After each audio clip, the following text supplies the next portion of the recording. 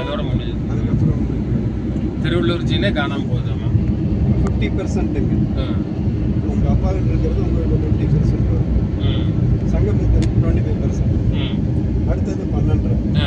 அதுக்கப்புறம் 6.25. அதுக்கப்புறம் 3.25. Right right. இது எப்படி 7வது தலைமுறையில் உங்களுக்கு 0 ஆயிடும். இந்த நோயாக இருந்தாலும் சரி, நல்லதாக இருந்தாலும் சரி, எல்லாமே 0 ஆயிடும். கூட வந்து இன்னொருத்தர் அம்மாவுடைய ஜீன் கலக்கு. ஆமாங்க ஆமாங்க. சங்கமித்திர கணவனுடைய ஜீன் கலக்கு. ஆமாங்க ஆமாங்க.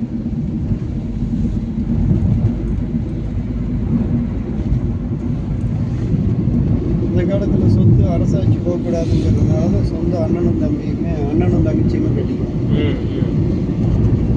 அதில் என்னாச்சுன்னாங்க, இயற்கை வந்து என்னாச்சுன்னா ஒத்த ஜீன்களை நிராகரிச்சு குழந்தை கொடுக்காது. குழந்தை கொடுக்காதுன்னு இல்லைங்க, குழந்தை கொடுக்கும்.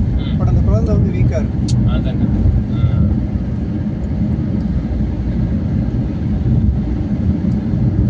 ஏன்டா அமெரிக்காவிலையும் ஆஸ்திரேலியாவிலையும் அதில் இருக்கிற புதுசாக கண்டுபிடிக்கிறாங்க.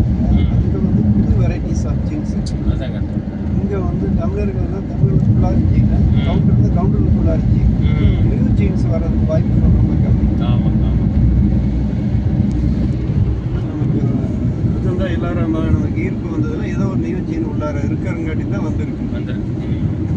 இல்லை நாமளும் அங்கே பண்ண வேண்டிய காட்ட வேண்டிய டியூஷன் எடுத்துக்கிட்டு பொருளை ஈட்டிட்டு எங்காச்சும் சொற்பொழிவு கூப்பிடுவானா 2000 5000 கொடுப்பானான்னு பார்த்துட்டு இந்த பாட்னி வாதியாரா சரி ரைட்டு டியூஷன் வச்சுக்கிட்டு நீட்டுக்கு கோச்சிங் கொடுத்துக்கிட்டு அப்படியே ஓடிடும். ஒரு ஜீன் நம்மகிட்ட இருக்குங்காட்டி தான் இந்த மாதிரி வரணும். எண்ணங்களே நமக்கு வரணும். இந்த எண்ணங்களே அப்போ தான் வரும்.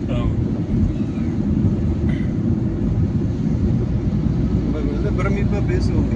சரிங்கண்ணா. ஒரு பொள்ளாச்சி மகாலிங்கம் அவங்க நல்ல பெரிய பணக்காரர்களெல்லாம் பேசுவாங்க. அவங்க எந்த அளவுக்கு அவங்க ஞானம் அடைஞ்சிருக்கிறாங்க. சாமி கும்பிடுவாங்க, கோயில் கட்டுவாங்க. ஞானம்ங்கிறது என்னங்கிறது அவங்களுக்கு தெரியுமான்னு கேட்டால் ஒரு பெரிய பிரச்சனை. இன்னைக்கே பெரிய பெரிய கோயம்புத்தூரில் பணக்காரில் பார்க்குறது நமக்கு ஒரு பிரமிப்பாக கூட இருக்கும். ஒரு முதல்ல சாதாரணமாக இருந்தால் எவ்வளோ சம்பாதிச்சிட்டாங்க.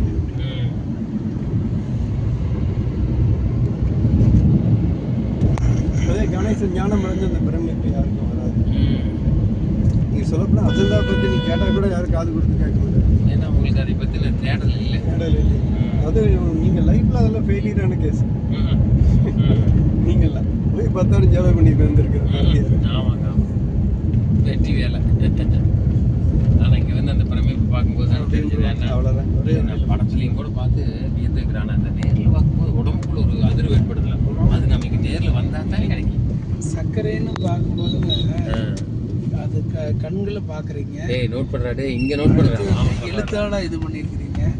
அதை எடுத்து சுவைக்கும் போது இனிப்பாக காரமாக அப்படிங்கிறது தெரியுற மாதிரி இந்த கோயிலில் நீங்கள் வந்து பார்க்கும்போது நீ நைட்டு ஃபுல்லாக நான் தூங்கவே இல்லை. 3 மணிலேருந்து கேட்டுக்கா எப்படிடா மருந்தே இல்லாத இடத்துல எப்படி செஞ்சிருப்பானுங்க. சின்ன உளி வச்சு அத்தை பெரிய மலையை குடையிறது சாதாரண விஷயம். பேசுறாரு பணம் காசு பணம்னு ஓடிட்டு இருக்கிறாங்க. அவங்களுடைய சிந்தனைகளும் செயல்பாடு இங்கே பார்த்தா காலையில் பார்த்து இதை கூட யூடியூப்பில் போட்டுக்கிட்டு காசு சம்பாரிச்சிட்டு அதுக்கு ஆளுக்கு வரமாட்டேங்கிறேன் ஏங்கிட்டு வருந்திட்டு. இது இல்லைனாலும் இந்த டூல்ஸ் இல்லைனாலும் இப்போ நம்ம பேசுறது பார்க்க முடியாது, கேட்க முடியாது.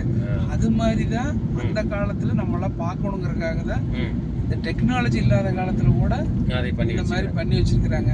எனக்கு இது